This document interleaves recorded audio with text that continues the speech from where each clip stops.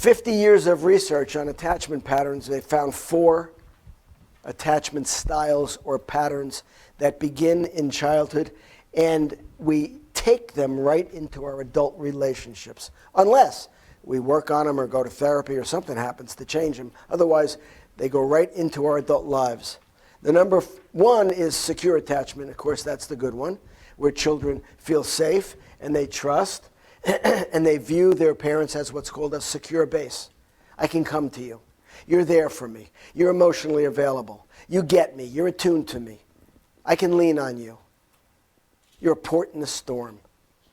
That's what kids need. Second is what's called avoidant attachment.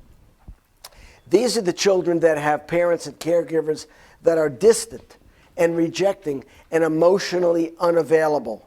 So after a while, the child tries to go to the parent, but nobody's home. They're not there, they're not available, or they're rejecting. What do the children do? They're not stupid. All living things adapt to their environment. So after a while, the child, this is what the child does, deactivate their attachment needs and feelings and behaviors. Deactivate, put them away. Avoid, deny, repress. So by the time the kid is 5 years old, the child says, I don't need anybody. I'm strong, I'm independent. Really? You're 5 years old. They've deactivated their attachment needs and feelings because it's not paying off. They keep going and nobody's home. So they put them away. Now, this child grows up, becomes an adult, wants to settle down and find a partner, maybe a marriage. And they find one. What do they do in their adult relationship? Same thing. I don't need you. Ball and chain, you just want to control me. They don't do intimacy and trust and closeness. They're compulsively self-reliant and independent. Well, why did you get married? I don't know. Seemed like a good idea. They will not get close. So do not marry somebody like this. You will be very lonely. The third pattern is the opposite. It's called anxious attachment. These children have caregivers that are inconsistent, unpredictable, and highly anxious themselves. So the poor kid never knows what to expect. It's a chaotic, unpredictable environment. One day the parent is available, one day they're gone, one day they're nice, one day they're angry, and they're highly anxious themselves. So because of that unpredictability, what do the children do? They're on pins and needles. They hyperactivate their attachment needs and feelings and behaviors. These are the kids who are clingy, overly dependent, separation anxiety. I'm not going to school. I want to stay here and be right next to mommy all day long. What do they do as adults? Same thing. Let's say they settle down and get married. Overly dependent, possessive, jealous, frightened of abandonment. To the point where, what does their partners do after a while? Abandons them. The partner says, I can't breathe in this relationship. I'm out of here. And then the person says, you see, I knew you were going to dump me. Well, you created it. They're so needy and dependent and frightened and anxious of loss that they cling. It's a self-fulfilling prophecy is what it is. So how about the anxious attached to the avoidant? That happens a lot. Yep, you get the anxious and the avoidant. What a marriage made in heaven. We get that a lot.